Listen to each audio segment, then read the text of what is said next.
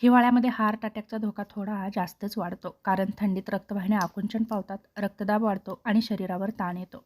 त्यामुळे काही पदार्थ हिवाळ्यामध्ये टाळणं खूप गरजेचं आहे.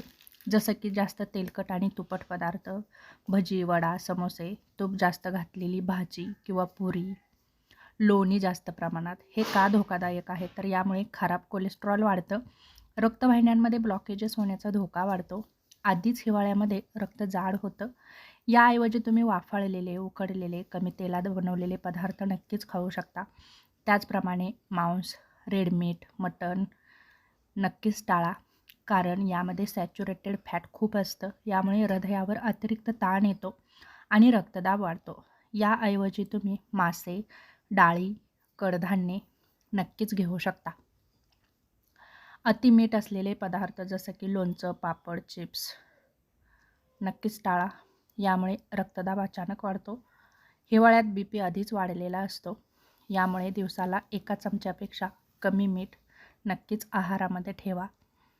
त्याचप्रमाणे जास्त साखर, गोड पदार्थ, जिलेबी, लाडू, बर्फी, चॉकलेट, केक, बिस्किट बंद करा, कारण हे वजन वाढवतं, डायबेटीजचा धोका वाढवतं, हृदयावरती ताण येतो. याऐवजी तुम्ही फळे, खजूर, गूळ नक्कीच घेऊ शकता. मैदा आणि रिफाईंड कार्बोहायड्रेट बंद करा, जसं की पांढरा ब्रेड, पिझ्झा, बर्गर, मैद्याचे नान. हे धोकादायक आहे. यामुळे काय होतं, तर इन्सुलिन वाढतं आणि पोटाची चरबी वाढायला सुरुवात होते.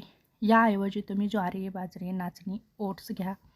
जास्त चहा, कॉफी बंद करा. उपाशी पोटी चहा घेऊ नका.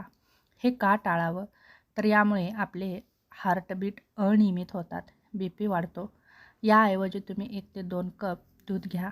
दारू, धूम्रपान कमी करा. दारू, सिगारेट, तंबाखू हा सर्वात मोठा धोका आहे. यामुळे अचानक हार्ट अटॅक येऊ शकतो. रक्त गोठण्याचा धोका वाढतो. यामुळे हे पूर्णपणे बंद करणं गरजेचं आहे. हिवाळ्यात खास काळजी कोणासाठी घ्यावी आणि कोणी घ्यावी, तर ज्यांचं वय 40पेक्षा जास्त आहे त्यांनी, BP, डायबेटीज, कोलेस्ट्रॉल असलेले, वजन जास्त असणारे, ताणतणावात राहणारे. हृदय सुरक्षित ठेवण्यासाठी थोडक्यात महत्त्वाची माहिती म्हणजे गरम पण हलकं अन्न घ्या, सकाळी कोमट पाणी प्या, रोज 30 मिनिटे चाला, ताण कमी ठेवा, नियमित BP आणि साखरेची तपासणी करा.